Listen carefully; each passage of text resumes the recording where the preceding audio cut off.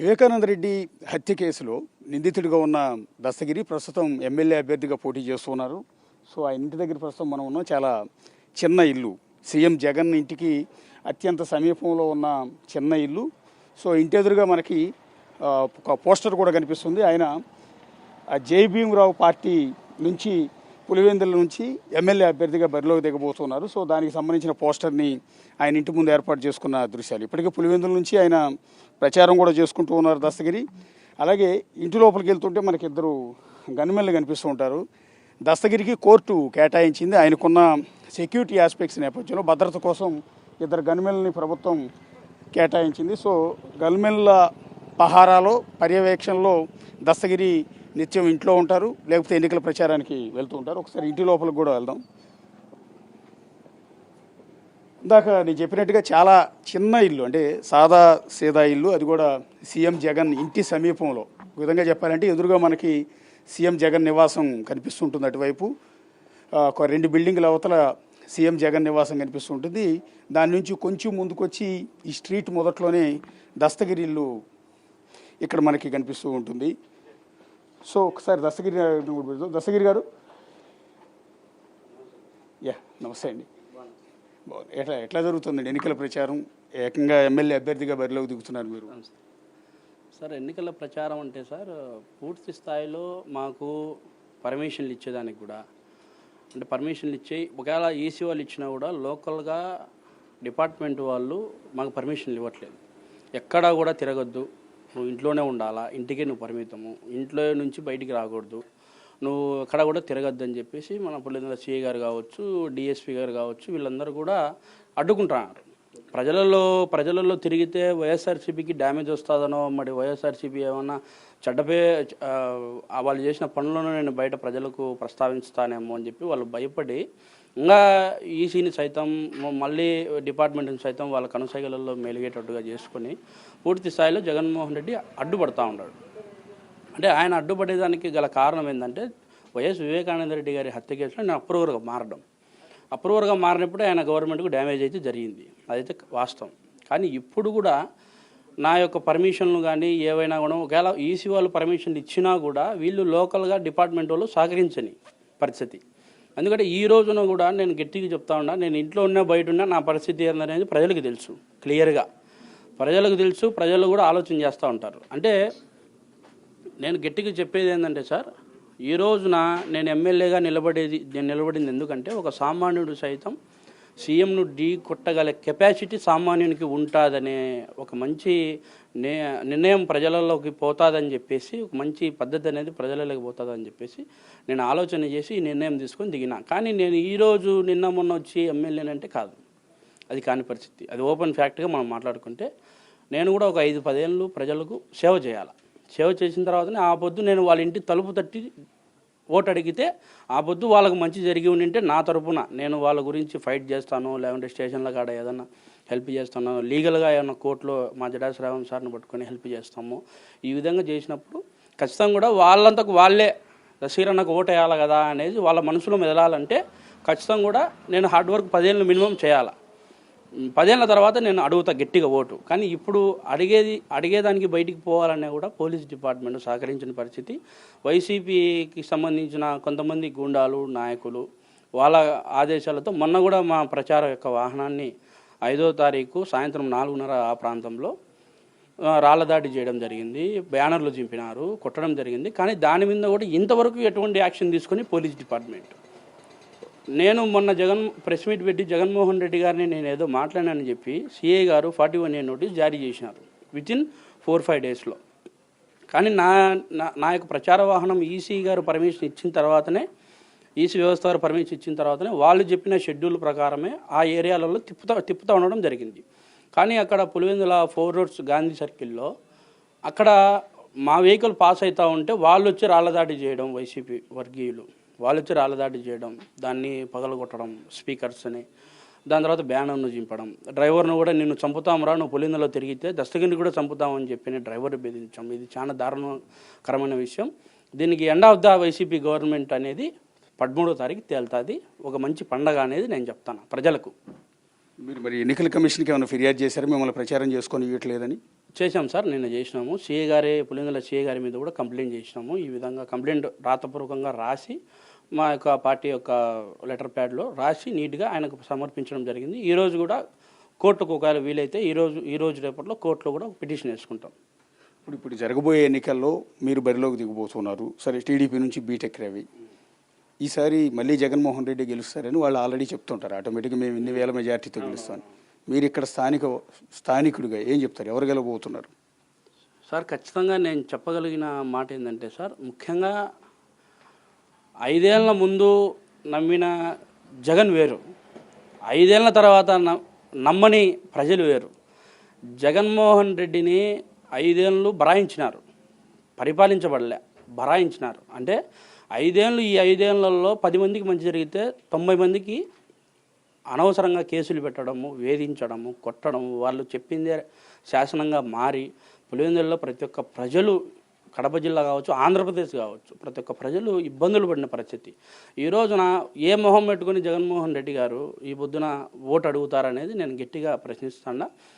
ఈ విషయము నేను చెప్పేదానికంటే ప్రజలలో మెదిలే మాట ఏంటంటే ఖచ్చితంగా కూడా అత్యంత మెజార్టీతో బీటెక్ రవీణ గెలుస్తాడని చెప్పి చెప్తా ఉంటారు. నా దగ్గరికి వచ్చేవాళ్ళు సైతం బీటెక్ రవీణను గెలిపించుకుంటే మనకు ఖచ్చితంగా పులివెందుల కంచుకోటను బద్దలు కొట్టే వ్యక్తి బీటెక్ రవీణనే అని చెప్తున్నారు. అది నా దగ్గర జరిగిన సంభాషణ. అది యాక్చువల్లీ ఇప్పుడు రాష్ట్రం మొత్తం ఎన్నికలంతా కూడా వివేకానంద రెడ్డి మర్డర్ కేసు చుట్టూ కూడా జరుగుతున్నాయి. అంటే గత ఎన్నికల్లో మేము అది చేసాం, మేము ఇది చేశారు, మీరు డెవలప్మెంట్ చేయలేదు, మేము చేస్తాం, లేదు మా హామీలు ఇవి, మీ హామీలు ఇవి అని చెప్పుకునేవాళ్ళు. కానీ ఫస్ట్ టైం ఒక ఎన్నికలు మొత్తాన్ని ప్రభావితం చేస్తున్నది ఒకే ఒక మర్డర్ కేసు. ఆ మర్డర్ కేసు చుట్టూనే ఆరోపణలు, ప్రత్యారోపణలు, మీరే చంపారంటే మీరే చంపించారు అంటూ. వీటన్నిటిలో అత్యంత కీలకమైన పాత్ర మీది. ఎందుకంటే వివేకానంద రెడ్డిని నేనే చంపాను, మేమే కలిసి చంపామని డైరెక్ట్గా బహిరంగంగా ప్రకటన చేయటం కావచ్చు, ఆ తర్వాత అప్రూవర్గా మారటం కావచ్చు, బెయిల్ మీద రావటం కావచ్చు. మీ చుట్టూ ఒక విధంగా పాలిటిక్స్ జరుగుతున్నాయి. దాన్ని చూస్తే ఏమనిపిస్తుంది మీకు? సార్, ఇప్పుడు జగన్మోహన్ రెడ్డి గారు చెప్తా ఉంటారు కదా, వాళ్ళు చేయించారు, వాళ్ళతో కుమ్మక్కై చేయించారని చెప్పి. ఒకవేళ ఆ విధంగా కుమ్మక్కై అంటే ఈ 5 ఏళ్ళ గవర్నమెంట్ వాళ్ళదే కదా. వాళ్ళు చీమ చిటుక్కు అనేది ఆంధ్రప్రదేశ్లో జగన్మోహన్ రెడ్డి ఆజ్ఞ అనేది చీమ చిటుక్కు అన్నది ఈ 5 ఏళ్ళ గవర్నమెంట్లో. ఈ 5 ఏళ్ళ గవర్నమెంట్లో చీమ చిటుక్కు అన్ని పరిస్థితుల్లో జగన్మోహన్ రెడ్డి గారు విచారణ ఎందుకు సాగదీయలే, విచారణ ఎందుకు సజావుగా సాగనీకోకుండా చేసినాడు, ఒక పాయింట్. రెండో పాయింట్ ఏంటంటే తెలంగాణకు ట్రాన్స్ఫర్ చేసేటప్పుడు లేదు ఒక ముఖ్యమంత్రి నేను బతికే ఉన్నాను, ఇంకా ఆయన నా సొంత చిన్న ఆయనే, నేను న్యాయం చేసుకుంటా, మీరు దయచేసి మీ దీంట్లో ఇన్వాల్వ్ కాకండి తెలంగాణ వాళ్ళని చెప్పి వాళ్ళకి ఎందుకు చెప్పాలి. ఇలాంటి కోర్టులో ఎలక్షన్ 2019 ఎలక్షన్ జరగకముందు మా చిన్న చనిపోయినాడు, మాకు న్యాయం చేయండి, సిబిఐకి అప్పగించండి అని చెప్పిన జగన్మోహన్ రెడ్డి గారు తర్వాత ఎలక్షన్ అయిపోయిన తర్వాత సీఎంగా కుర్చీ ఎక్కిన తర్వాత ఆ పిటిషన్ ఎందుకు వెనక్కి తీసుకున్నాడు అనేది రెండో పాయింట్. మూడో పాయింట్ ఏంటంటే సిబిఐ వాళ్ళు విచారణ చేస్తూ ఉంటే కడపలో వాళ్ళని భయభ్రాంతులకు గురి చేసి వాళ్ళనే మీరు ఊరు వదిలిపోతారా లేదా, లేదంటే మిమ్మల్నే ఏదో ఒకటి చేస్తామని చెప్పేసి వాళ్ళని బెదిరించడం. నాలుగో పాయింట్ ఏంటంటే సిబిఐ రామ్ సింగ్ గారి మీదనే విచారణ అధికారి, ఇది కొత్త వింత, ఇది కొద్దిగా సిబిఐ అధికారి రామ్ సింగ్ గారు వ్యవహరించేటప్పుడు ఆయన మీద కేసులు పెట్టినారు. అంటే ఒక విచారణ చేసే అధికారికి కూడా రైట్ లేదు ఆంధ్రప్రదేశ్లో. Central bureau of investigation central అయినా సరే, స్టేట్ అయినా సరే, లేదంటే ఇండియా అయినా సరే, ఆంధ్రప్రదేశ్లో జగన్మోహన్ రెడ్డి గారి అధికారంలో ఉన్నంతసేపు ఎవరికి అర్హత ఉండదు. అంటే అర్హత లేదని చెప్పడానికి ఆ కేసు వేయడానికి గల కారణం అంటే దాన్ని పూర్తిగా ప్రభావితం చేసింది ఎవరు, విచారణ జరగకోకుండా ముందుకు తీసుకుపోయింది ఎవరు. మీరు అంటున్నారు వాళ్ళే చేయించినారు, వాళ్ళే అని. వాళ్ళు చేయించినప్పటికీ మీరు విచారణ ఎట్టు చేపియాలా? మీరు పక్కలో సిబిఐలను మీరే కూర్చోబెట్టి వాడెవడో ఫస్ట్ తేల్చండి అని చెప్పేసి మీరు కనుక చెప్పి నింటే వితిన్ 4-5 డేస్లో తేలేది. కరెక్టే కదా? అంటే పూర్తి స్థాయిలో వాళ్ళు సహకరించలే. ఫస్ట్ వాళ్ళు సహకరించుకోకుండా వాళ్ళు డైవర్ట్ చేసుకుంటా వాళ్ళు ఈ 5 ఏళ్ళ గవర్నమెంట్ వాళ్ళదే ఉన్నప్పుడు వాళ్ళు బయటికి తీలే. అందుకే నేను కేసుకు న్యాయం జరగాలని కూడా టీడీపీ కూటమి అధికారంలోకి వస్తుంది కూడా, దాంట్లో డౌట్ లేదు. వచ్చిన వెంటనే వివేకానంద రెడ్డి గారి హత్య కేసుకు తగిన న్యాయం జరుగుతుందనేది నేను నమ్ముకుంటున్నాను. ఇప్పుడు సొంత బిడ్డ వివేకానంద రెడ్డి కుమార్తె సునీతారెడ్డి ఎన్నో ఏళ్ల నుంచి ఫైట్ చేస్తూ ఉన్నారు, కోర్టుల చుట్టూ తిరుగుతూ ఉన్నారు, ప్రజల దగ్గరికి వెళ్తున్నారు. ఇప్పుడు షర్మిల కోసం ఆమెను గెలిపించాలంటూ ప్రజల దగ్గరికి వెళ్ళి న్యాయం చేయాలి. అవినాష్ రెడ్డి ఈ హత్య కేసులో కీలక సూత్రధారి కాబట్టి అవినాష్ రెడ్డిని ఓడించమని సునీతారెడ్డి కూడా ఫైట్ చేస్తున్నారు, ప్రజల దగ్గరికి వెళ్తూ ఉన్నారు. ఆమె ఎప్పుడైతే ఫైట్ చేస్తున్నారో ప్రజల దగ్గరికి వెళ్తున్న సందర్భంలో సునీతారెడ్డి పైన కూడా దాడి పెరిగింది, షర్మిల పైన దాడి చేస్తున్నారు జనాలు, ఎవరు వైసీపీ కార్యకర్తలు కావచ్చు, నేతలు కావచ్చు. పర్టికులర్గా దస్తగిరి లాంటి హత్య చేసిన వ్యక్తికి మీరు మద్దతు ఇస్తున్నారు అంటూ ఆరోపిస్తున్నారు. స్వయంగా సీఎం కూడా అంటూ ఉన్నారు, వివేకానంద రెడ్డి హత్య కేసులో నిందితుడికి వీళ్ళు సపోర్ట్ చేస్తున్నారు అని. సార్ సపోర్టు ఎక్కడ చేసినారో నిరూపించమనండి. అంటే నేనేమన్నా ఇప్పుడు మొన్న నాన్నెళ్ళు జైలుకి పోయినా నాకేమైనా బెయిల్ పెట్టి బయటికి తీసుకొచ్చినారా, లేదంటే నన్ను అప్రూవర్గా మార్చింది వాళ్ళ, లేదంటే నేను సాక్షిగా నిలబడేదానికి ఏమన్నా వాళ్ళు ఏమన్నా నాతో మాట్లాడినారా? పిన్ టు పిన్ వాళ్ళ గవర్నమెంట్లో ఉన్నప్పుడు ఏ టు జెడ్ తెలుస్తుంది సార్ వాళ్ళకు. మనం చెప్పుకోవాల్సిన అవసరం లే. వాళ్ళ కథ ఏందో వాళ్ళ టాలెంట్ ఏందో ప్రజలకు తెలుసు బాగా, ఎట్లా ఏం చేస్తారనేది. ఒకవేళ మేము ఆ విధంగా కలిసి ఉంటే మా గుట్టు ఎప్పుడో వాళ్ళు రట్టు చేసేవాళ్ళే. మేము ఎప్పుడు కలిసలే, ఎక్కడ మాట్లాడలే. నన్ను అప్రూవర్గా మాట్లాడింది సిబిఐ వాళ్ళు. సిబిఐ వాళ్ళని మీరువే ఆ ప్రశ్న వేయండి, సిబిఐ వాళ్ళతో మీరు మాట్లాడుకోండి. మీరు సీఎంగా ఉన్నారు కదా ఇన్నేళ్ళు, మీరు డైరెక్ట్గా సిబిఐని కలిసి ఎందుకు మా మీద అప్రూవర్ అనే మీరు దశగిన్ని చేసినారు, ఏ విధంగా మీరు ఫస్ట్ నేను అప్రూవర్గా మారిన తర్వాత ఈ గవర్నమెంట్ 2021లో నేను అప్రూవర్గా మారిన తర్వాత ఆ రోజు ఎందుకు ప్రెస్ మీట్ పెట్టి దస్తగిరి అనేవాడిని అప్రూవర్ అని చూపిస్తున్నారు, మేమేం తప్పు చేయలేం, మా మీద ఎందుకు ఇంత కక్ష కట్టినారు అనేది నువ్వు ఆ బుద్ధి రైజ్ చేసి కోర్టుకు తిరగచ్చు కదా. మీరు డైరెక్ట్గా పోకపోవచ్చు, కానీ మీ దగ్గర పనిచేసే వాళ్ళు చాలామంది ఉన్నారు కదా, వాళ్ళతో ఎందుకు పిటిషన్ లేపిలే? అంటే మీరు తప్పు చేసినట్టు ఆడొప్పుకున్నట్టే. అవినాష్ రెడ్డి గారిని విచారణ పిలిస్తే అప్పుడే ఢిల్లీకి పోవడం, మోదీ గారు కాళ్ళు చేతులు పట్టుకోవడము, ఆయనను ఇబ్బంది పెట్టి వీళ్ళ స్వలాభాల కోసము వీళ్ళను ఎట్లయినా సేవ్ చేసుకోవాలనేది ప్రయత్నం చేసేది ఎవరు? టీడీపీ వాళ్ళు ఏమైనా ప్రయత్నం చేస్తున్నారా సేవ్ చేసుకోవాలని? టీడీపీ వాళ్ళు ఏమన్నా కడప జిల్లాలో సిబిఐ వాళ్ళని బెదిరించారా? టీడీపీ వాళ్ళు ఏమన్నా మీరు విచారణ సాగదీయకండి, మీకు ఎంత డబ్బు కావాల్సిన అంత డబ్బు మేము ఇస్తామని చెప్పి ఏమన్నా ఆఫర్ చేసినారా? అంటే టీడీపీ వాళ్ళ పాత్ర లేదు. ఈ పొద్దు నేను అప్రూవర్గా మారడం వల్లనే ఈ పొద్దు టీడీపీ పూర్తి స్థాయిలో ఓటు అడిగే రైట్ వచ్చింది. అంటే ఒకరి తప్పును మరొకరి మీద రుద్దడం పెద్ద పనేం కాదు, కానీ తప్పు మేమేం చేసినామని చెప్పే ధైర్యం ఉండాలి. ఆ తప్పు చేసినామనే ధైర్యం వాళ్ళకి లేదు. ఎవరికి లేదు? వైసీపీ వాళ్ళకు, జగన్మోహన్ రెడ్డి గారికి లేదు. ఎందుకు లేదంటే ఆయన ఇమేజ్ డ్యామేజ్ అవుతుంది, ఆయన జైలుకు పోతాడు, దీంట్లో నేను కూడా లింక్ ఉన్నా అని చెప్పేసి ప్రజలకు తెలియదు. ఎరిబాగులోళ్ళు అనేది ప్రజలు అనేది ఒకటి కాన్సెప్ట్గా పెట్టుకొని ఆయన ముందుకు వ్యవహరిస్తూ పోతూ ఉన్నాడు. కానీ వాళ్ళది నిజంగా వాళ్ళ తప్పే ఉంటే వాళ్ళు కనీసం వాళ్ళు ఎక్కడ తప్పించుకోలేదు కదా సిబిఐ చేతిలో. సిబిఐని మెయింటైన్ చేసే కెపాసిటీ టీడీపీ వాళ్ళకు ఉందా, సునీతమ్మకు ఉందా, షర్మిలమ్మకు ఉందా, ఎవరికి ఉంది? టీడీపీని central bureau of investigation maintain చేసేంత కెపాసిటీ ఈ ఆంధ్ర రాష్ట్రంలో ఈ ఇండియాలోనే ఎవరికి లేదు. సెంట్రల్ చేతిలోనే కదా. అప్పుడు తెలియక సెంట్రల్ కూటమి లేనప్పుడు వాళ్ళ మాటలు వినుకుంటా వాళ్ళ చెప్పినదే చేసుకుంటా ఉన్నారు. కానీ ఈ పొద్దు కూడా మోదీ గారికి కానీ చంద్రబాబు నాయుడు గారికి కానీ పవన్ కళ్యాణ్ గారికి కానీ నా నుంచి నేను ఒకటి చెప్పుకోవాలనుకుంటున్నాను, ఈ మీడియా ద్వారా చెప్పుకుంటున్నా. ఖచ్చితంగా కూడా కూటమి అధికారంలోకి వస్తేనే ఫస్ట్ మీరు టేకప్ చేయాల్సిన కేసు వైఎస్ వివేకానంద రెడ్డి గారి కేసు. దాంట్లో ఖచ్చితంగా కూడా నిందితులను, ఈవెన్ నన్ను సైతం, నన్ను ఎక్స్క్యూజ్ చేయమని నేను చెప్పలే, నన్ను సైతం మీరు తప్పును చూసి పరిశీలించి ఈ విధంగా ఈ రోజున ఈ తప్పులు చేసినారు కదా అని చెప్పేసి మీరు దగ్గరుండి జైలు పంపించాల్సిన బాధ్యత మీ మీదనే ఉంది. న్యాయం చేయాలా, కేసుకు న్యాయం చేయాలా. 5 ఏళ్ళు 6 ఏళ్ళు అవుతున్నా కూడా, మినిమం 5 ఏళ్ళు గవర్నమెంట్లో ఉన్నా కూడా న్యాయం చేయని జగన్మోహన్ రెడ్డి ఈ పొద్దు మీకే అది సవాల్. ఈ పొద్దున మీరు న్యాయం చేస్తే దాంట్లో వాస్తవాలను ఇంకా బయటికి తీస్తే ఎవరు ఉన్నారనేది ప్రజలకు క్రిస్టల్ క్లియర్గా కనిపిస్తుంది. అదంతా కూడా చేయాలంటే ఫస్ట్ కూటమి అధికారంలోకి రావాలి ఖచ్చితంగా కూడా. అంటే నేను ఎందుకు చెప్తున్నానంటే నా యొక్క కేసుకు న్యాయం జరగాలంటే ఖచ్చితంగా కూటమి ఉండాలి అధికారంలో.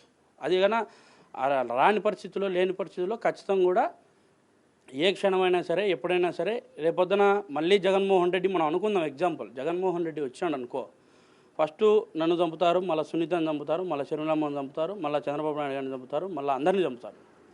ఎందుకంటే వాళ్ళ టెర్రరిజం అట్టుంటుంది.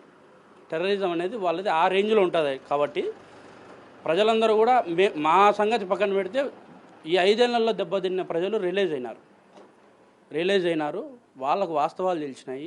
ఈ పొద్దు నేను అప్రూవర్గా మారి నేను నిలబడినా కాబట్టి టీడీపీ మీద మచ్చపోయింది. ఆ మచ్చ తొలగించడానికి గల కారణం నేనే. కానీ నేను ఎందుకు చెప్తున్నానంటే జరిగిన వాస్తవాలు చెప్పేది. ఇప్పుడు నేను చెప్తానే, నేను పలానోళ్ళు చెప్పి చేయించినారు సార్, ఈ విధంగా జగన్మోహన్ రెడ్డి గారు చెప్పినారంటే వాళ్ళు నమ్ముతారా? సిబిఐ వాళ్ళు సాక్ష్యాలు లేని నమ్ముతారా? ఎవిడెన్స్ విత్ ప్రూఫ్స్తో సహా, ఎవిడెన్స్తో సహా ఉంటేనే కదా వాళ్ళు ఏదైనా చేసేది. ఆ పక్క టీడీపీ వాళ్ళని విచారించినారు, ఈ పక్క వైసీపీ వాళ్ళని విచారించారు, ఎవరు తప్పితే వాళ్ళు తప్పని చెప్పినారు. దాంట్లో తప్పేముంది? ఇప్పుడు సిబిఐ విచారణ అధికారుల మీదనే కేసులు పెడతాన్నారు. మొన్న చూస్తే విజయవాడలో కూడా కేసులు వేసినారు అందరి మీద, సిబిఐ అధికారుల మీద. అంటే మీరు చెప్పినట్టే కూటమి అధికారంలోకి వచ్చిన తర్వాత కేసు మొత్తాన్ని రీఇన్వెస్టిగేట్ చేస్తే సరే కోర్టులో ఫైనల్గా ప్రూవ్ అయింది అనుకుందాం, అప్పుడు మీరు కూడా జైలుకి వెళ్ళాల్సి ఉంటుంది కదా. ఖచ్చితంగా సార్, తప్పు మీరు జైలుకి వెళ్ళడానికి సిద్ధమే. తప్పు చేసిన ప్రతి ఒక్క వ్యక్తి జైలుకు పోవాల్సిందే. అది రేపొద్దున కోర్టు తీర్పు ఏ విధంగా ఉంటుందో అనేది యాజ్ పాయింట్ ఆఫ్ జడ్జి గారి నిర్ణయం బట్టి ఉంటుంది. ఒకవేళ జడ్జి గారు నువ్వు కూడా జైలుకు పోవాలనుకుంటే నేను సిద్ధంగా ఉన్నాను. 14 ఏళ్ళు నా భార్య పిల్లలకు నేను దూరంగా ఉండాలి.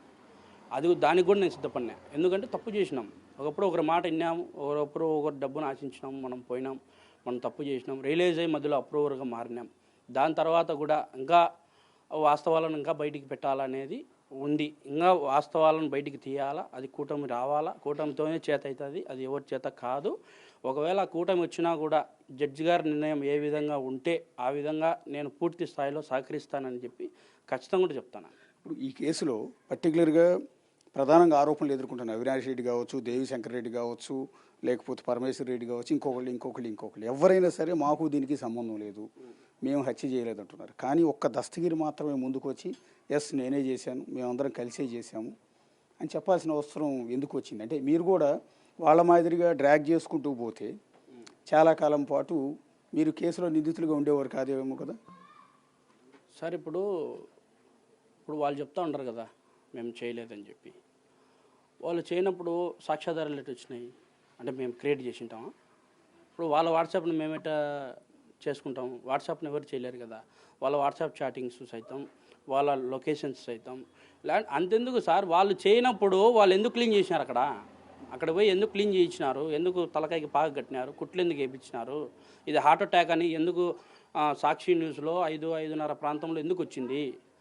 అజయ్ కల్లం గారు మొన్న జగన్మోహన్ రెడ్డి పక్కనే తిరిగి అజయ్ కల్లం గారు మొన్న చెప్పినారు సిబిఐ దగ్గరికి పోయి. ఏమని చెప్పినారు? 4:30కి 4:50 అరౌండ్ ఫోన్ వచ్చింది. జగన్మోహన్ రెడ్డి గారు అప్పుడు మీద మీటింగ్లో ఉన్నాము, చిన్న ఆయన నో మోర్ అన్నాడు. మళ్ళీ భారతి మేడం దగ్గరికి పోయి చెప్పినాడని చెప్పి వాళ్ళ నోటి నుంచి వచ్చిందే కదా. 4:30కి ఎటు తెలుస్తుంది? 4:30, 5 అనుకుందాంలే, 5 గంటలకి ఎటు తెలుస్తుంది? మేము చెప్పండి వాళ్ళకి తెలుస్తుందా? తెలియదు కదా. అప్పుడే వాళ్ళ పాయింట్ అవుట్ అప్పటికే దెబ్బతినింది. అప్పుడే వాళ్ళ వాస్తవం వాళ్ళ దగ్గర ఉండే వ్యక్తి. ఇప్పుడు నేనంటే సరేలే మీరు చెప్తాను డ్రాగ్ చేసుకుంటూ పోవచ్చు, ఇంకోటి డ్రాగ్ చేయాల్సిన అవసరం ఏముంది? తప్పు చేసినాం, ఎప్పటికైనా బయటపడుతుంది తప్పు అనేది. ఇప్పుడు ఈ అధికారంలో ఈ వైసీపీలతో నేను కలిసి ఉండింటే ఈ అధికారంలో 5 ఏళ్ళు సేవ్ అయినా మళ్ళైనా సరే కూటమి అధికారంలోకి వచ్చినా ఖచ్చితంగా ఇదే అవుతుంది కదా. శిక్ష పడడం జరుగుతుంది, ఖచ్చితంగా అన్నీ జరుగుతాయి. కానీ డ్రాగ్ చేయాల్సిన అవసరం ఎవరికి లేదు. కానీ వాళ్ళు తప్పించుకునే ప్రయత్నం చేస్తూ ఉంటారు. అంటే నేనేమంటానంటే ఒక విచిత్రమైన పరిస్థితి దస్తగిరిది. నేనే చంపానని ఒక నిందితుడు ఒప్పుకోవటం, అప్రూవర్గా మారటం, ఆ తర్వాత బయటికి తిరగటం, ఏకంగా గన్మెన్లు కూడా ఇవ్వటం. గన్మెన్లు పహారాలో ఎట్లా బతకగలుగుతున్నారు మీరు? ఈ మధ్యకాలంలో మీకు ఏం థ్రెట్ రాలేదా? మిమ్మల్ని చంపేస్తామని కానీ ఇంత సంచలనం సృష్టించిన కేసులో మీరు కేంద్ర బిందువు అయ్యారు. రాష్ట్రంలో ఎవరు విన్నా వివేకానంద రెడ్డి మర్డర్ కేసు గురించి ఫస్ట్ పేరు మీరే చెప్తున్నారు. అలాంటి వ్యక్తి స్వేచ్ఛగా ఎలా ఉండగలుగుతున్నారు? సార్, స్వేచ్ఛగా ఉండేదానికంటే కూడా ఇప్పుడు నాకు ఇచ్చిన గన్మెన్లు ప్రొటెక్షన్ కోసము సిబిఐ అధికారులు నియమించినారు. నీకు ఏదైనా జరిగితే ఇబ్బంది అవుతుంది, అసలు సాక్షి చనిపోతే అప్రూవర్గా ఏదైనా ఉంటే ఇబ్బంది అవుతుంది అని చెప్పేసి వాళ్ళు పెట్టిన సెక్యూరిటీ వాళ్ళు. కానీ ఈ సెక్యూరిటీలో కూడా ఇప్పుడు వాళ్ళకి నేను ఏదే కూడా వాళ్ళకు అలాట్మెంట్ కానీ ఏది కానీ లేదు. వాళ్ళు కూడా ఇబ్బందులు పడి ఉంటున్నారు బయట. పూర్తి స్థాయిలో ఇప్పుడు నాకు మా కుటుంబం జరగాలన్నా కూడా కష్టమే. నేను అక్కడక్కడ అప్పులు తెచ్చుకొని ఏదో 10,000, 20,000, 30,000 తెచ్చుకొని గడుపుతున్నా ప్రస్తుతానికైతే. కానీ నేను ఇంత క్లిష్ట పరిస్థితుల్లో కూడా నేను చేసిన తప్పును నేను సమర్థించుకోలే. నా తప్పును నేను బయట చెప్పుకుంటున్నా, దాంట్లో తప్పేముంది? నేను తప్పు చేసినోనిగా నేను బయట చెప్పుకుంటున్నా, అయ్యా ఇది జరిగింది, వాస్తవాలు ఇవి జరిగింది అంటే నేనేమి చెప్పుకుంటే నేను రౌడీ అనో గుండా అనో అని అట్లా కాదు. ప్రజలు ఒక ఆలోచన కూడా ఉండాలా పూర్తి స్థాయిలో. ఎందుకు ఉండాలంటే నేను వాస్తవాలు నేను కన్నా బయటికి చెప్పుకోకుండా ఉంటే అది ఒకరి మీద రుద్దాలనే ప్రయత్నం వీళ్ళు ఆల్మోస్ట్ 5 ఏళ్ళ నుంచి చేస్తూనే ఉన్నారు. వాళ్ళు ఇంతవరకు ఇన్ని ప్రూఫ్లు చిక్కినా మీరు నిందితులని కోర్టు ముందర హాజరు అవుతానే కూడా మేము చేయలే అంటే అప్పటికి ఎవరు సిబిఐ వాళ్ళు ఏమన్నా చేతగానోళ్ళ, లేదంటే వాళ్ళు ఏమైనా ఇన్వెస్టిగేషన్ చేయలేదా, లేదంటే వాళ్ళు ప్రూఫ్స్ చూపించలేదా? ఒక కోర్టు ఒక న్యాయస్థానం నన్ను నమ్మి అప్రూవర్ చేసిందంటే న్యాయస్థానానికి తగిన ఎవిడెన్స్ ఉంటుంది కదా. ఎవిడెన్స్ ఉండబట్టే దస్తగిరి చెప్పినది వాస్తవం. ఒకప్పుడు సుప్రీంకోర్టు కూడా ఆ జడ్జి గారు చెప్పినారు, సమర్థించినారు నన్ను. అంటే వాస్తవాలను బయటికి పెట్టి ఇన్ని ప్రూఫ్లు పెట్టిన దస్తగిరిని మీరు నిజంగా బెయిల్ క్యాన్సిల్ చేయాలనే ప్రాసెస్ పక్కన పెట్టండి, అతను మేము సమర్థిస్తామని చెప్పి ఒకప్పుడు సుప్రీంకోర్టే ప్రస్తావించింది. కానీ ఈ రోజున నేను బయటికి చెప్పుకొని తిరగాలనేది నాకేం కోరిక కాదు. నా సమస్య ఏది ఉన్నా కానీ నేను మీడియాతో పంచుకుంటాను. ఎందుకంటే మీడియాలలో కూడా కొన్ని రకాలు ఉన్నాయి. మీడియాలలో కొన్ని జగన్మోహన్ రెడ్డి గవర్నమెంట్ ఇచ్చిన తర్వాత కొన్ని మీడియాలు కూడా ఇన్ఫ్లుయెన్స్ ఎక్కువ గురవుతున్నాయి. అంటే ఒత్తిళ్ళ వల్ల, భయాందోళన వల్ల, రేపు పొద్దున మా మీడియా లేకుండా ఏమైనా చేస్తారేమో అనే భయం వల్ల, లైసెన్స్ ఏదేదో క్యాన్సిల్ చేస్తారనే భయం వల్ల కొంత లోబడి పనిచేయాల్సిన పరిస్థితి. కానీ ఈ మీడియా వాళ్ళకు కూడా 13వ తేదీ స్వాతంత్రం వస్తుందని చెప్పి నేను చెప్పుకుంటున్నా. మీడియాకు కూడా స్వాతంత్రం ఆ రోజే 13వ తేదీ వస్తుంది ఖచ్చితంగా కూడా. అదే పూర్తి స్థాయిలో. కానీ దస్తగిరి గారు, రేపు ఎన్నికల్లో ఇందాక నుంచి అదే మాట చెప్తున్నాను, వివేకానంద రెడ్డి మర్డర్ కేసు చుట్టూ ఏపీ పాలిటిక్స్ నడుస్తున్నాయి, ఎన్నికలు కూడా జరుగుతున్నాయి. ఈ ఎన్నికల్లో మీరు అన్నట్టుగా వైఎస్ఆర్ గవర్నమెంట్ కనుక వైసీపీ ఓడిపోతే అది మూల కారణం దస్తగిరి అవుతారు. ఇక్కడ అవినాష్ రెడ్డి ఓడిపోతే దానికి మూల కారణం ఖచ్చితంగా దస్తగిరి అవుతారు. దానికి మూల్యం మళ్ళీ దస్తగిరి చెల్లించుకోవాల్సి ఉంటుంది ఒకవేళ అలాంటి పరిణామాలు జరిగితే. చెల్లించుకుంటా సార్, దాన్నే ఉంది. అంటే ఇప్పుడు జరిగిన వాస్తవాలు అని చెప్తే వాళ్ళు ఏదో చేస్తారు. ఒకవేళ నేను ఒక ఫ్యాక్ట్ చెప్తా సార్. ఇప్పుడు ఒకవేళ నేను నిజంగా వాళ్ళ మీద అబద్ధం చెప్పింది అనుకో, మీరు చూస్తున్నారు, మీ మీడియా కవర్ చేస్తూ ఉన్నారు, వాళ్ళ ఇంటి పక్కలో నేను నివసించగలుగుతానా? సంబంధం లేని రాష్ట్రానికి పోయి అక్కడ బతకాలా? కరెక్ట్ కదా? అక్కడ బతకాలా? తప్పు. నేను అబద్ధం చెప్పినానే, నేను పారిపోవాలని అట్లా నా ఐడియాలు నాకు ఉంటాయి కదా. అట్లా పారిపోకుండా నిలబడినానంటే, ఒక మగోడిగా, ఒక అమ్మ పుట్టినోడిగా నేను నిలబడినానంటే దానికి కారణం ఏంది? పూర్తి స్థాయిలో జగన్మోహన్ రెడ్డి చేతుల మీద కానీ ఈ హత్య జరిగింది, వస్తే చేల్చుకుందాంలే అనే విధంగానే నేనుండా. అందరికి కూడా ఆశ్చర్యం అదే, పక్కనే సీఎం జగన్ ఇల్లు ఉంది, ఇంటి పక్కనే మీ ఇల్లు ఉంది. సీఎం జగన్ ఇంటి పక్కన నిలబడండి, ఒక విధంగా చెప్పండి అవినాష్ రెడ్డి ఇల్లు కూడా పక్కనే ఉంది. అవినాష్ రెడ్డి ఇంటి పక్కన నిలబడి సీఎం జగన్ ఇన్వాల్వ్మెంట్ ఉంది, అవినాష్ రెడ్డే చంపించాడు అని అంత పబ్లిక్ ఎట్లా చెప్పగలుగుతున్నారు? అంటే ఆ గట్స్ ఎక్కడ ఇవన్నీ? అంటే గట్స్ అంటే సార్, జరిగిన వాస్తవం చెప్పేదానికి ఎటువంటి భయం లేదు సార్. ఫస్ట్ మెయిన్ వాస్తవం చెప్పేదానికి ఎటువంటి భయం లేదు. వాళ్ళు ఏదో చేస్తారని భయపడకుండా పోతే ఇంకా నేను నా పిల్లలకి ఏం చెప్పుకుంటా, నా భార్యకి ఏం చెప్పుకుంటా? నేనే ఒక ధైర్యంగా నిలబడి నేనే ఒక స్టాండ్ లేకుండా ఉంటే నాకు వాళ్ళకేదో భయపడి నేను ఇప్పుడు వాళ్ళ ఆపద చెప్పింటేనే కదా వాళ్ళతో పాటు నేను కలిసి కూర్చొని మాట్లాడిన కలిసి కూర్చొని మందు కూడా తాగిన వాళ్ళమే అందరం కూడా. ఇప్పుడు వాళ్ళు చెప్పింటే చేసినాం. ఇప్పుడు వాళ్ళు ఏదో చేస్తారని నేను భయపడి పారిపోవాల్సిన అవసరం నాకు ఏముంది? ఒకవేళ నేను తప్పు చెప్పింటే, తప్పు చెప్పలేదు కదా, వాస్తవాలు నేను బయట పెట్టినా కదా. అలాంటప్పుడు ఎవడు చేంజ్ చేస్తాడనేది నా దమ్ము, అది నా గుండె బలం. అది ఈరోజు వాళ్ళ గురించి నేను భయపడితే రేపొద్దున నా భార్య పిల్లల పరిస్థితి ఏమవుతుంది?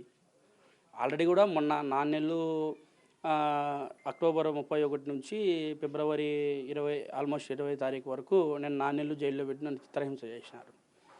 24 అవర్స్ లాకప్. ఒక మనిషి ఒక రూమ్లో 24 అవర్స్ టీవీ లేకుండా, ఫ్యాన్ లేకుండా ఎటువంటి పరిస్థితులు ఉండలేడు.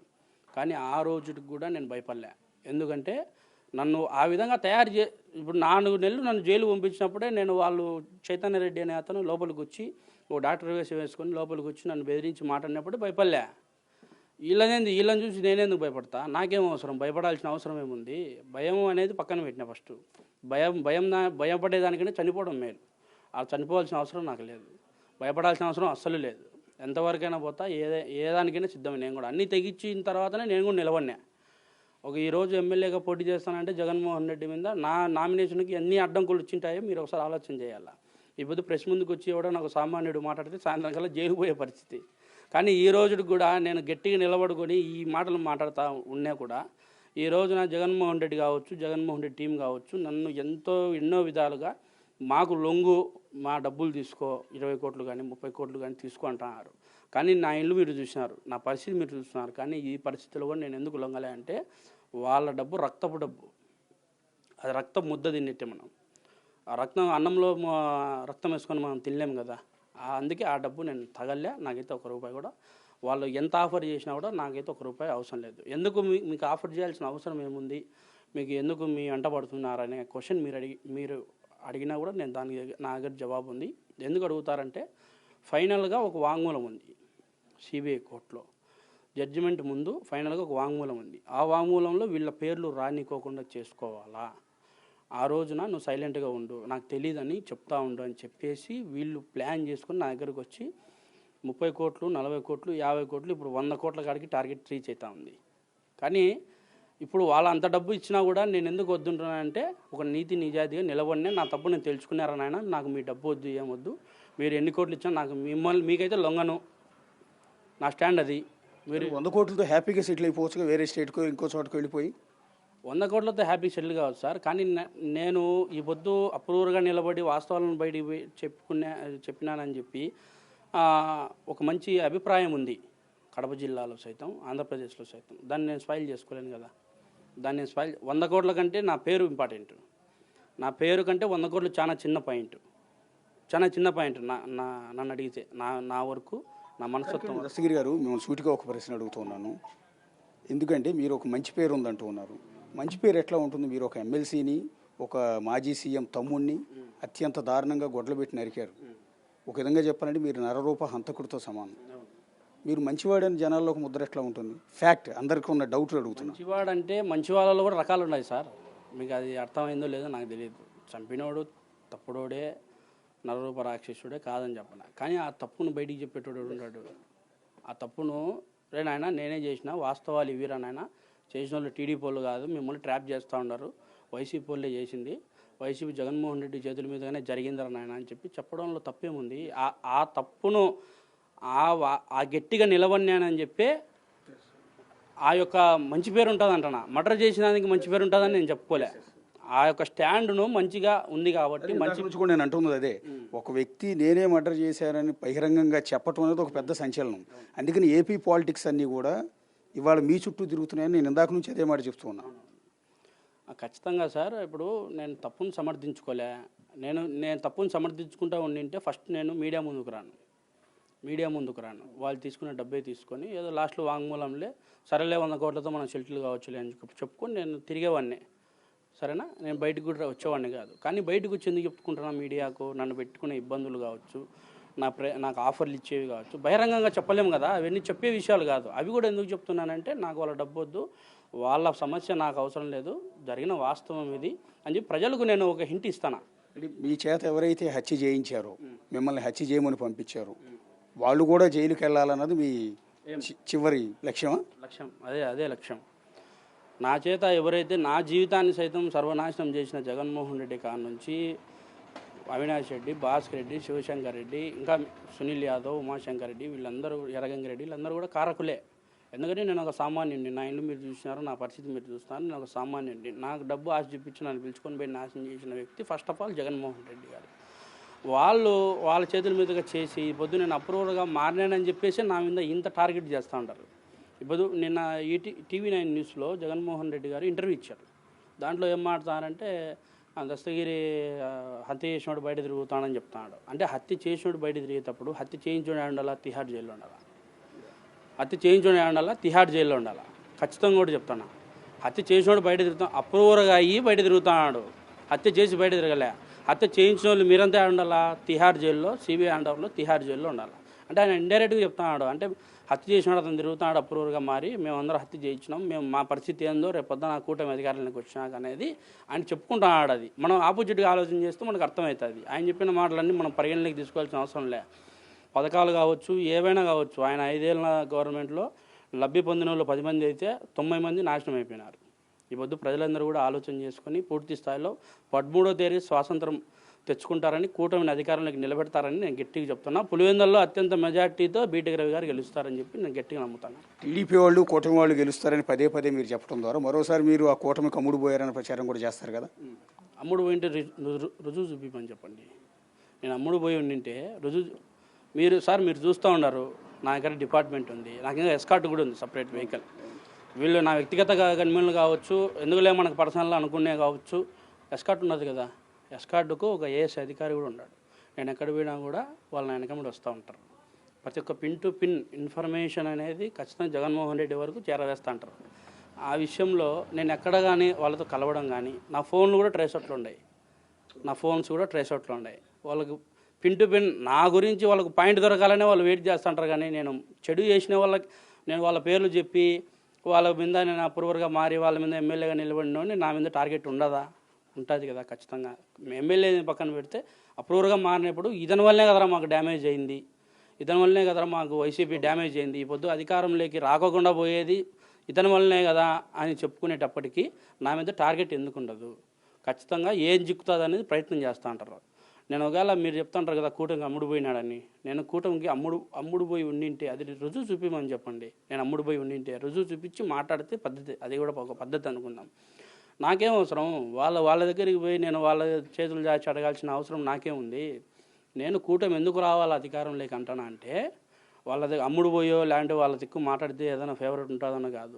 వైఎస్ వివేకానంద రెడ్డి గారి కేసుకు న్యాయం జరుగుతుంది. వైఎస్ వివేకానంద రెడ్డి గారి కేసుకు న్యాయం జరిగి నిందితులంతా జైలు పాలు కావాలా, ఈవెన్ నాతో సహా అందరం కూడా జైలుకు పోవాలా, శిక్ష అనుభవించాలా, చేసిన తప్పుకు అందరం ప్రాయశ్చిత్తం పడాల్సిందే.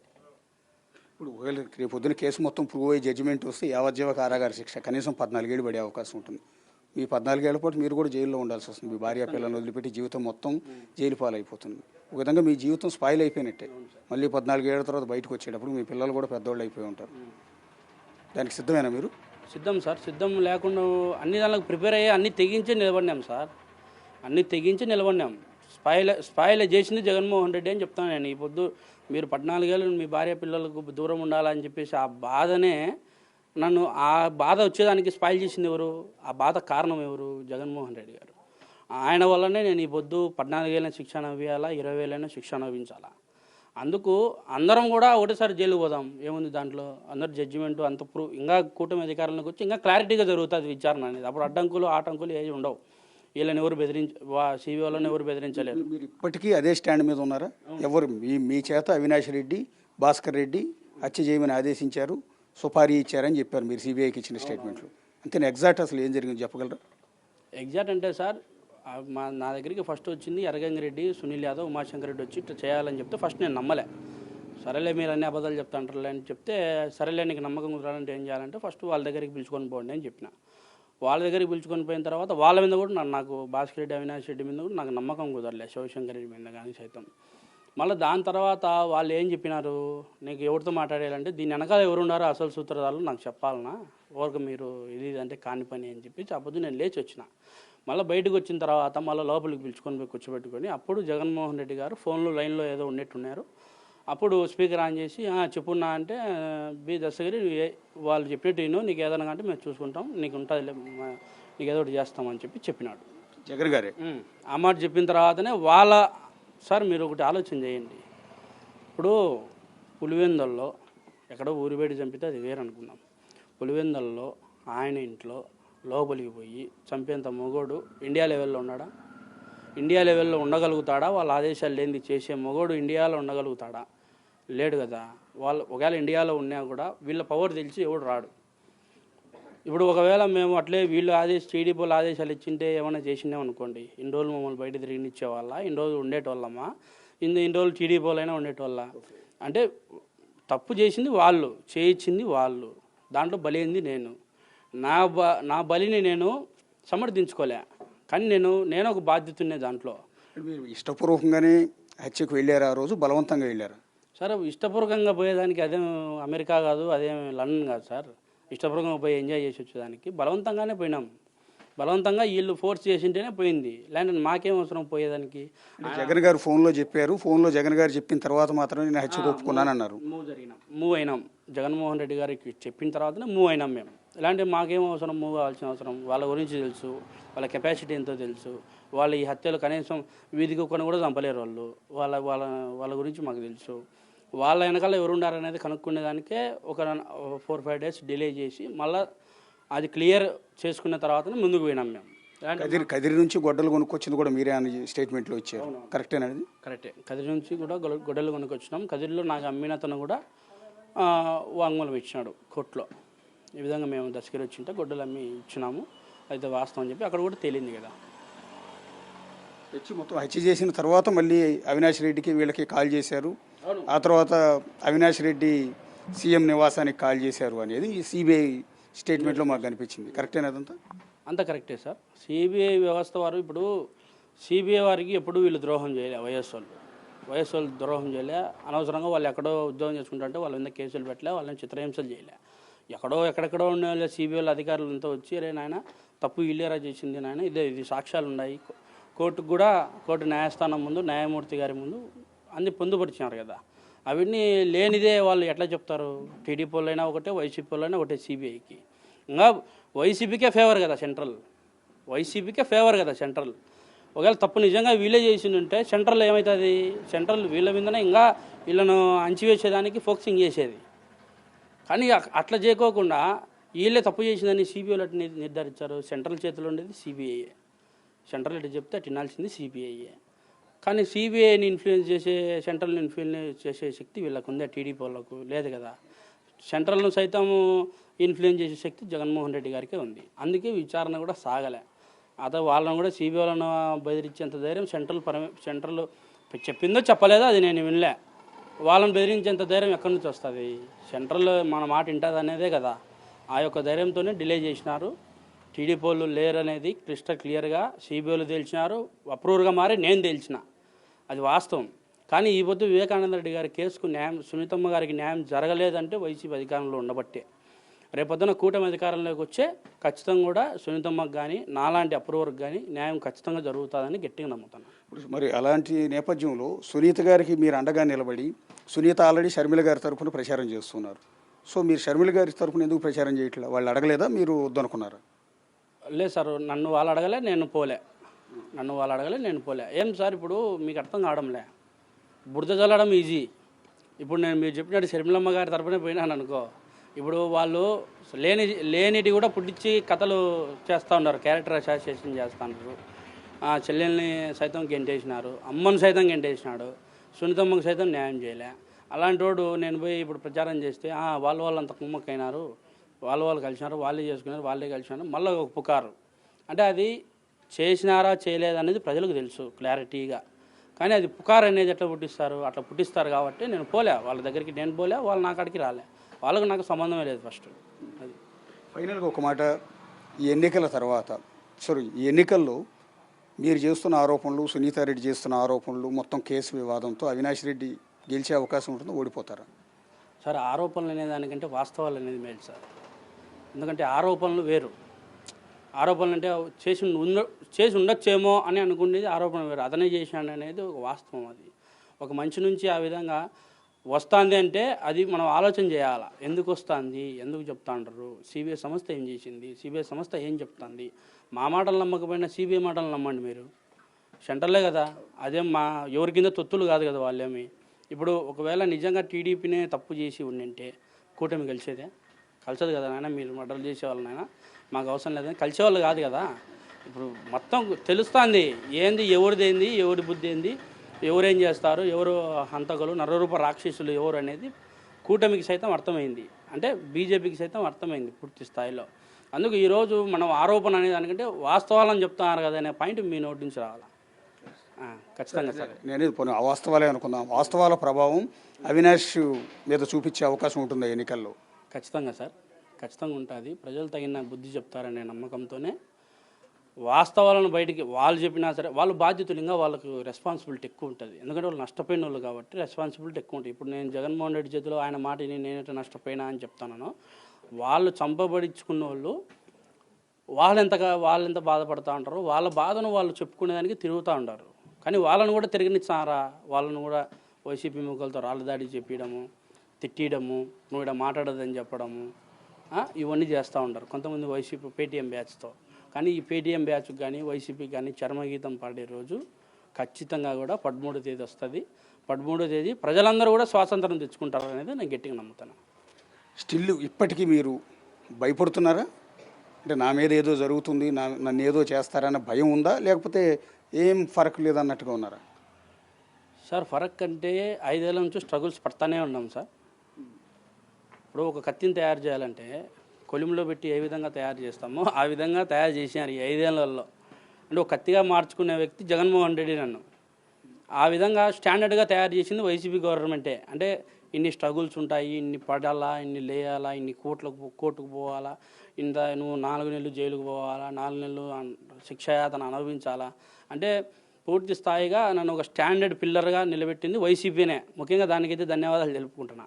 ఖచ్చితంగా కూడా ఇన్ని స్ట్రగుల్స్ 5 ఏళ్లలో పడినా కూడా నేను ఈ పొద్దురు కూడా ఒకటే స్టాండ్ మీద ఉండా. వాళ్ళకైతే లొంగని పరిస్థితి లేదు. ఖచ్చితంగా ఎటువంటి పరిస్థితి లొంగే పరిస్థితి లేదు. వాళ్ళకు తలదించే పరిస్థితి ఉండదు, వాళ్ళ మాట వినే పరిస్థితి ఉండదు. వాళ్ళ డబ్బు నా ఎంట్రుకతో సమానం అని చెప్పి నేను ఈ పొద్దు మీకు చెప్తా ఉన్నాను. థ్యాంక్ యూ దస్తగిరి గారు. అది వివేకానంద రెడ్డికి హత్య కేసులో నిందితుడు, ఆ తర్వాత అప్రూవర్గా మారిన దస్తగిరి చాలా విషయాలు షేర్ చేసుకున్నారు. పర్టికులర్గా కేసు తదనంతర పరిణామాలు, కేసులో ఎవరెవరు ఉన్నారు, ప్రస్తుతం ఆయన ఎమ్మెల్యేగా జయభీమరావు పార్టీ నుంచి బరిలోకి దిగుతున్నారు, కానీ ఎన్నికల ప్రచారానికి పోలీసులు అనుమతించట్లేదు అంటూ ఆవేదన కూడా వ్యక్తం చేస్తున్నారు. రెండోది, కూటమి అధికారంలోకి వస్తుంది, వైఎస్ఆర్ కాంగ్రెస్ పార్టీ ఎట్టి పరిస్థితిలో కూడా గెలవదు అంటూ ఇంత ధైర్యంగా మీడియా ముందు పబ్లిక్గా చెప్పగలుగుతున్నారు. తానే హత్య చేశానని ఏ విధంగా అయితే పబ్లిక్గా మీడియా ముందుకు వచ్చి ప్రజల ముందుకు వచ్చి చెప్పారో, ఇవాళ వైఎస్ఆర్ కాంగ్రెస్ పార్టీ మళ్ళీ అధికారంలోకి రాదు అంటూ మరోసారి చెప్తూ ఉన్నారు. అది కూడా సీఎం జగన్ ఇంటి నివాసంలోనే తన ఇల్లు ఉంది. ఇక్కడుండి ఇంత పబ్లిక్గా ఇంత ధైర్యంగా చెప్పగలుగుతున్నారు. ఒక విచిత్రమైన పరిస్థితిని ఈసారి ఎన్నికల్లో చూస్తున్నాం. ఈ ఎన్నికల్లో వివేకానంద రెడ్డి హత్య కేసు అనేది అత్యంత కీలకమైన అంశం. అందులోనూ అసలు ఈ కేసు వ్యవహారం మొత్తాన్ని కూడా అప్రూవర్గా మారి బయటికి తీసుకొచ్చిన దస్తగిరిది అత్యంత కీలకం. ఒక విధంగా చెప్పాలంటే ఒక పక్క భయం, ఒక పక్క ధైర్యంతో దస్తగిరి అయితే ప్రస్తుతం ఇదే ఇంట్లో బతుకుతున్నారు, అదే పులివెందుల్లో. సో చూద్దాం ఏం జరుగుతుంది. 13వ తేదీ రిజల్ట్ తర్వాత అనూహ్య పరిణామాలు ఉంటాయని దస్తగిరి చెప్తున్నారు. సో జరుగుతాయా లేదా అనేది మరికొద్ది రోజుల్లోనే చూద్దాం. For more videos like this, subscribe Big TV channel.